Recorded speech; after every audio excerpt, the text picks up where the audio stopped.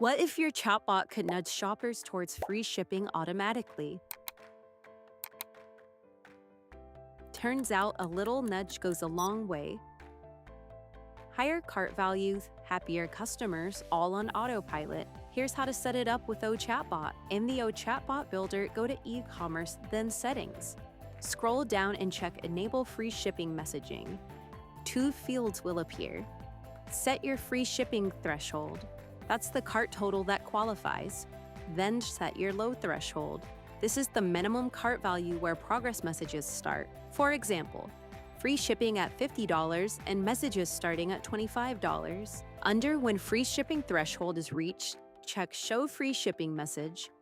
Add a slide out notification with custom text like Free Shipping Unlocked.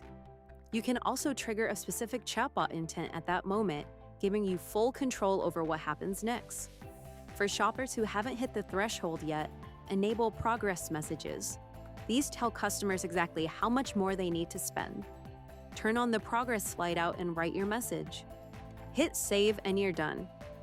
Every shopper gets a personalized nudge towards free shipping. Set it up in your Ochatbot today.